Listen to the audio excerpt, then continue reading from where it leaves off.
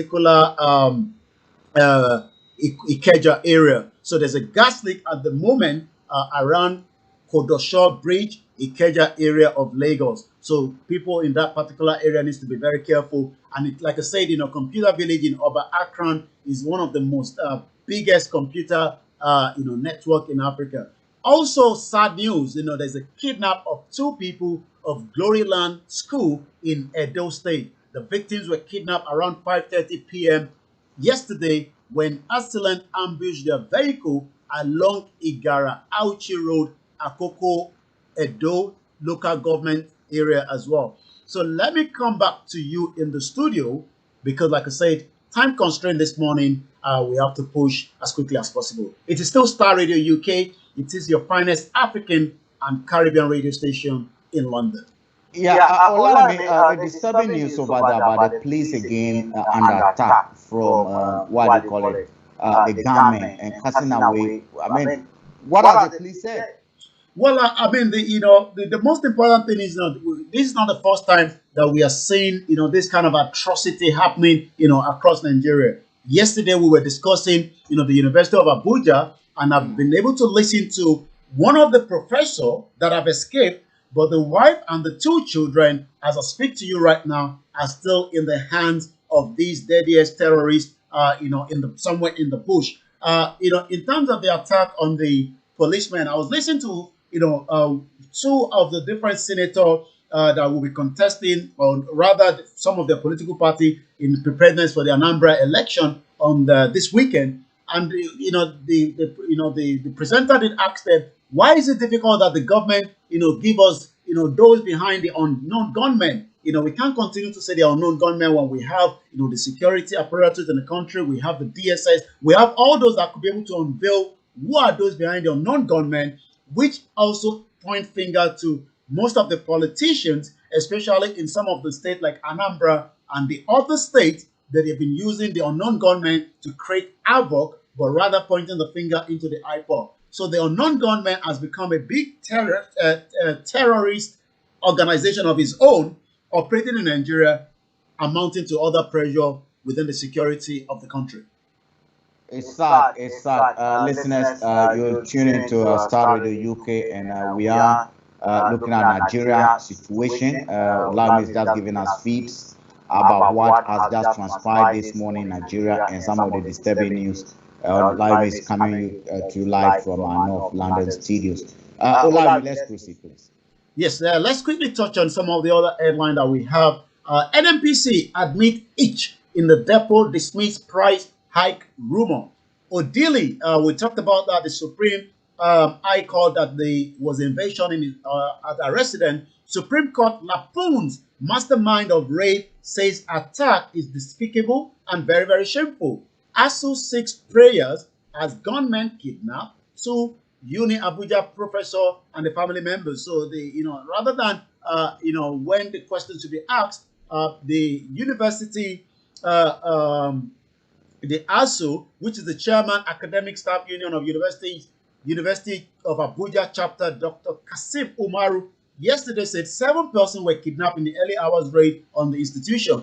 The ASU chapter leader called for prayers for the release of the victims. He said those kidnaps are Professor Basson and his son, Professor Oboscon with his son, and daughter Sambo Mohammed, who is a non-academic staff, and Dr. Tobbins. We condemn the attack. We cover your prayers for the safe return, and we also pray that they will be returned back as well. The Commissioner for Police, Odumoso, has arrived at the scene of the Ikoyi collapsed building. NEMA has received 162 Nigerians returnees from Libya. We do know that there's a lot of Nigerians living in Libya, even with the turmoil of what is happening there. The National Emergency Management Agency Wednesday today says it has now received 162 Nigerians returnees from Libya through the Muritala Mohammed Airport as well. So the acting coordinator of the Lagos State Territorial Office of NEMA, Mr. Ibrahim Fari Loye, is saying that. I'm going to come back again to you in the studio. Once again, it is Star Radio UK, your finest African and Caribbean radio station in London. Right, listeners, this is Star Radio, and you're listening to myself, Frank Davis, and Olayomi coming to you live, sitting in for Archie Hammond. We're looking at what is happening in Nigeria. Because of time constraints, we're going to push very fast on that. So, I mean, what has been the position of these senators? I know normally when things happen like that, they normally exploit it for their political gains. DPD will be accusing this, and APC will be accusing it. Basically, they are using a political football for their own advantage. What are the citizens saying when, what are the citizens saying in reaction to the position the senators are taking? Well, I mean, you're quite right. In terms of situation in Nigeria, the politicians quickly take advantage of it. But in terms of the present situation that we have at hand at the moment, that is very, very sensitive. It has not been used as a political tool presently. But like I said, a lot of politicians are looking into it, but their response is not coming as fast as a lot of Nigerians might want to say.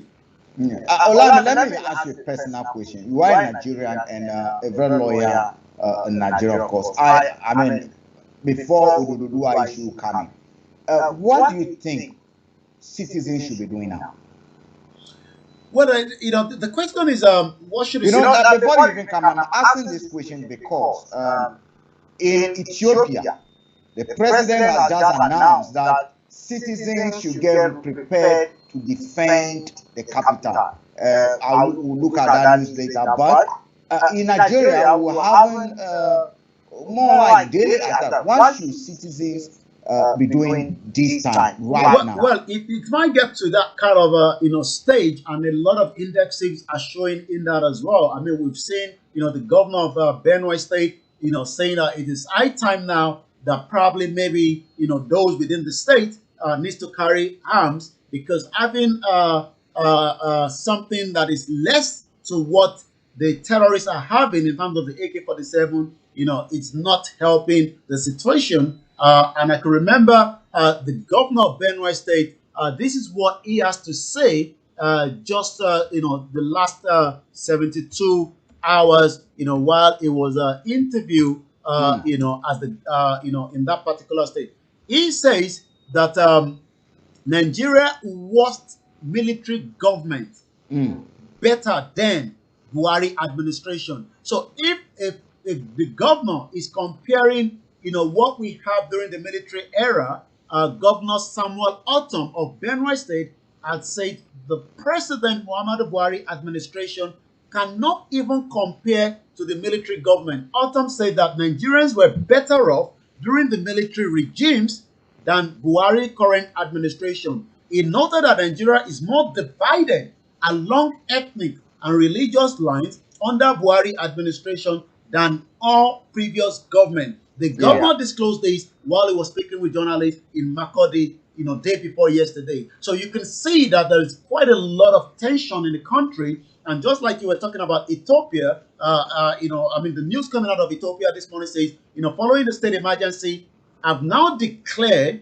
by the Ethiopian authority, the U.S. State Department have suspended travels to Ethiopia due to the same problem that we're experiencing, similar in Nigeria, due to armed conflict, civil unrest, ethnic violence, terrorism, and kidnapping ravaging the East African nation. Could Nigeria be going into the same situation where Americans might have to suspend their travel services to the country? Yeah, and I think they've suspended a bit of money that goes towards to that country as well. Basically, Africa seems to have a number of unending troubles going on. Now, the issue about the building, has anyone been interdicted? Well, the owner of the building have actually died as well in that particular building, which is a very sad one, to think about it as well. I mean, he died, in that particular building. I mean, there has not been what we could call.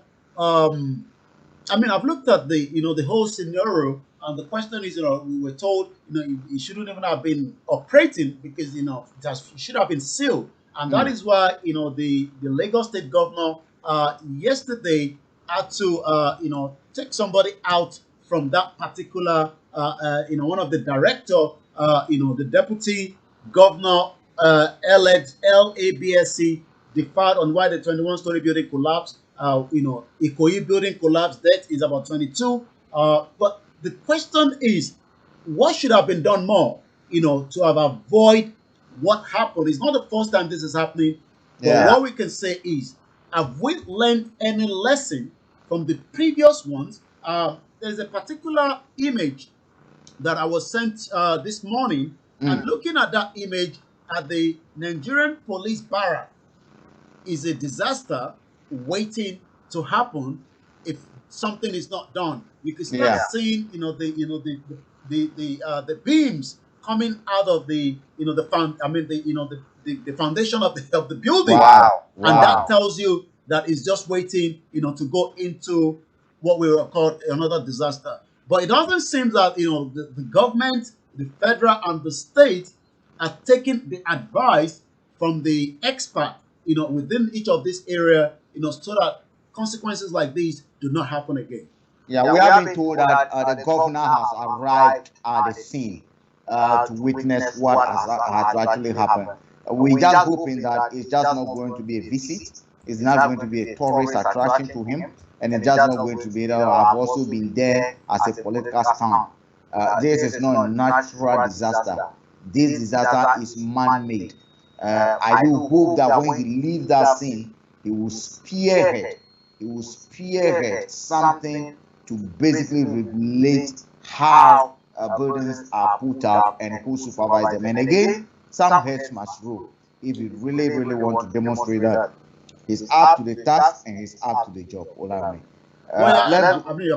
You're quite right. And let's just go straight to the social media because of the time constraint this morning. And like I said, it is the finest African and Caribbean radio station in London. It is Starr Radio UK, your finest African and Caribbean radio station in London. Make sure you follow us on all our social media handles. Make sure you also follow us on all our portal as well. 48 new cases of COVID in Nigeria, 16 in Lagos, 16 in Yobe, 8 in Kano, 3 in Gombe, 1 in Akwa Ibom.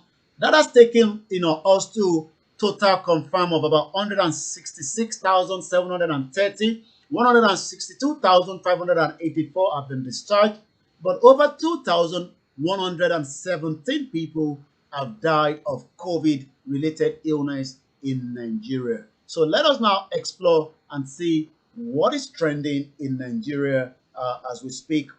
This morning, quite a lot is trending. Ikoyi building is trending with more of people saying different things as well. But also, as we do know, election in Anambra that is meant to be coming, coming this weekend. There's a lot of tension, in Anambra, with the amount of security agency that are currently there as we speak right now. So let us now quickly say on these notes, in terms of Nigeria, Nigeria has 206 million people, and endemic poverty and vast energy reverse that could be harnessed to for development, but it is coming under huge pressure from developed countries to also abandon the fossil fuel in order to help save the climate. So, which is what is going on as well in Glasgow. And like I said, we do have the president currently there as well. A lot of Nigerians are also asking, the invasion of military in Enugu and the burning of the houses, and over 50 people have been killed as well. And also, we talked about the previous. Archie was able to play that video of the children in school. I've listened to to what we call the headmaster, and he says the reason why the video was put out was someone of the charity wanted to support them. The video went out, and yet they have to make noise because each time their politicians demand for their vote, they do not come back as well. Also, if Nnamdi Kanu, according to the Biafra, is not released unconditional by tomorrow, that means from the 5th to the 10th of November, it's going to be a sit down at home. This is Starr Radio UK. I'll come back again now to you in the studio. Yeah, thank you very much, Olayomi. I looked at that video, I listened to it, I've watched it over and over again. It's a sorry state of affairs in that area, and I do think that the headmaster of the school was 100% right to approve the video out.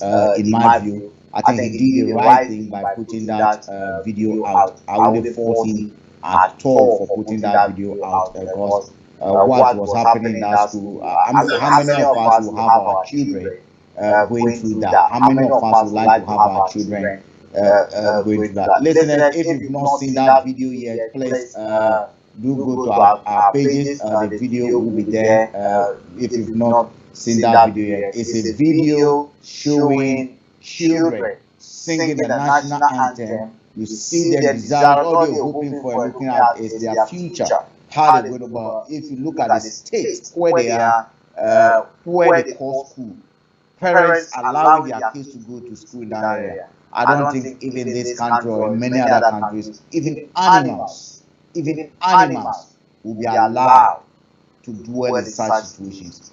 Despicable. Olayomi, what are we looking at this evening? Well, we continue to review, what happened at the Ikoyi building that collapsed. What lesson could be learned? Was there compromise with the contractor of the building? So that is the program that we're going to be reviewing this evening. The construction of buildings, not just buildings, even the roads. I've seen roads that have been built and the trailer drove on it and the whole trailer came down. What lessons can we learn so that issues like this could not be resolved? And we continue to discuss the Anambra election with the Biafran saying, sit down at home. What are we expecting on Saturday in Anambra State?